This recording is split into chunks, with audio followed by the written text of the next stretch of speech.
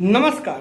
खबर गाजीपुर जनपद से है, जहां की आज पुलिस को बड़ी कामयाबी मिली है, जो कि 26 तारीख को आपको पता होगा कि एक महिला की नृशंस हत्या कर दी गई थी।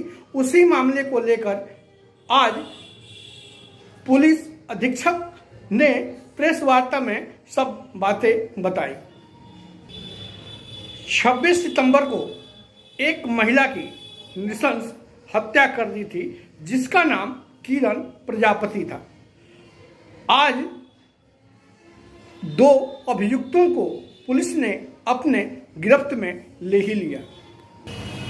प्रकाश में आए अभियुक्त गण के नाम, एक का नाम विपुल यादव है और यह जो है सुभाष यादव निवासी ग्राम फाक्सगंज का रहने वाला है, तथा दूसरा जो है जिसका नाम अनीश यादव है और अनीश यादव इंद्रमोहन यादव का पुत्र है, जो कि वह दोनों ने मिलकर के हत्या को अंजाम दिया था।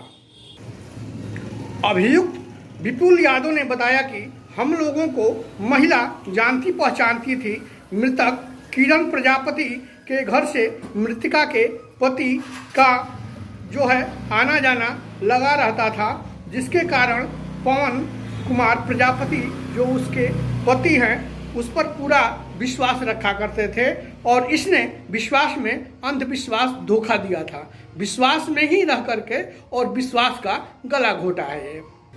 उनकी पत्नी किरण प्रजापति को सफ़ेद रोग की बीमारी थी, जिसके वजह से वही कभी बिहार, मऊ, पंजाब इत्यादि जहां भी जाना होता था लेकर के वह अभियुक्त विपुल यादव ही लेकर जाता था और इलाज करवाता था।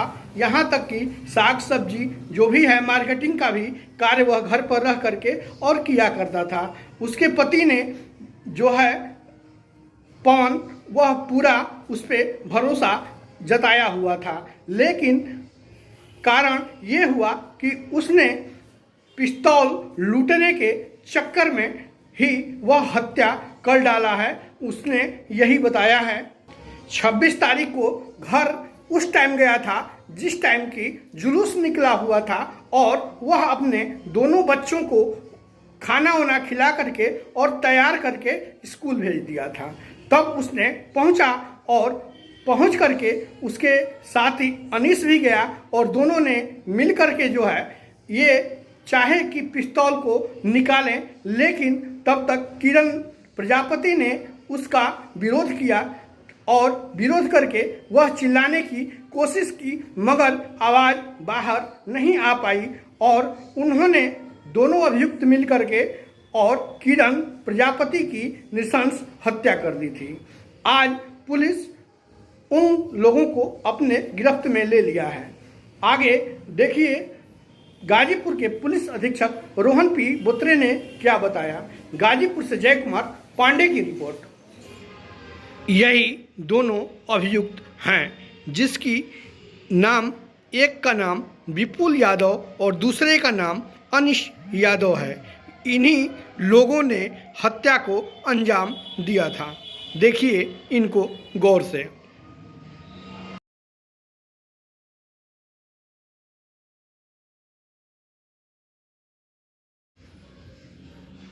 इनके पास से धारदार हथियार भी बरामद हुए हैं, जिस धाव से इन्होंने हत्या को अंजाम दिया था।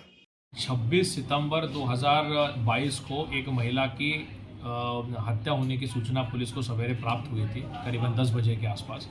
मौके पे मेरे द्वारा, सारी टीम के द्वारा निरीक्षण जो है वो कराया गया था। बेसिक एविडेंसेस वहाँ से इकट्ठा किए गए थे।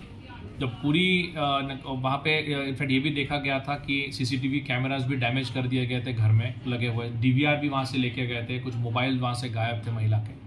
और बड़ी निर्गुण तरीके से, ब्रूटल तरीके से उसकी हत्या जो है वो कर दी गई थी। पुलिस को 4 टीमें लगा के इसमें इन्वेस्टिगेशन के लिए और सारी बरामदगी के लिए लगाया गया था। कई सारे एंगल्स पे इस पर जो है वो बातचीत की गई, कई लोगों से बातचीत उसमें की गई, इंटरोगेशन किया गया।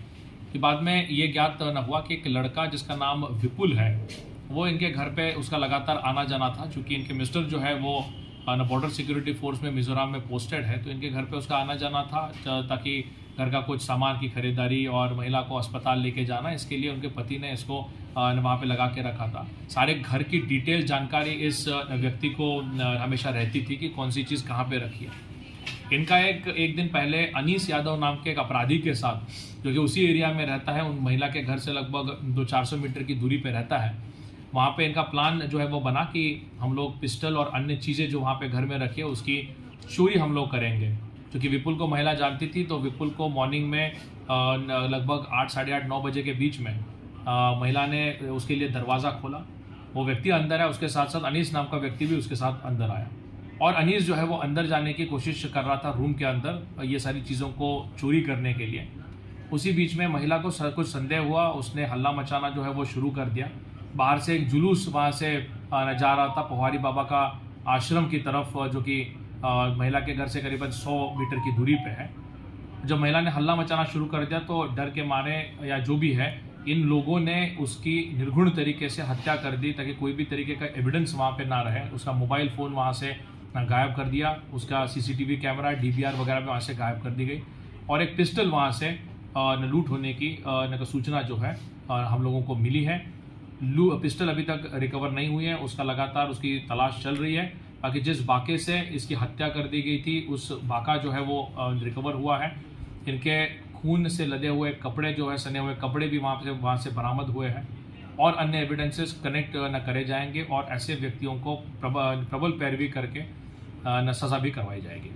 इनका सर कोई आपराधिक इतिहास? अनीस यादव जो व्यक्ति है उसके ऊपर 6 मुकदमे पंजीकृत है, और आर्म्स एक्ट में और 307 में ये पहले भी कई दिनों तक जेल रह चुका है।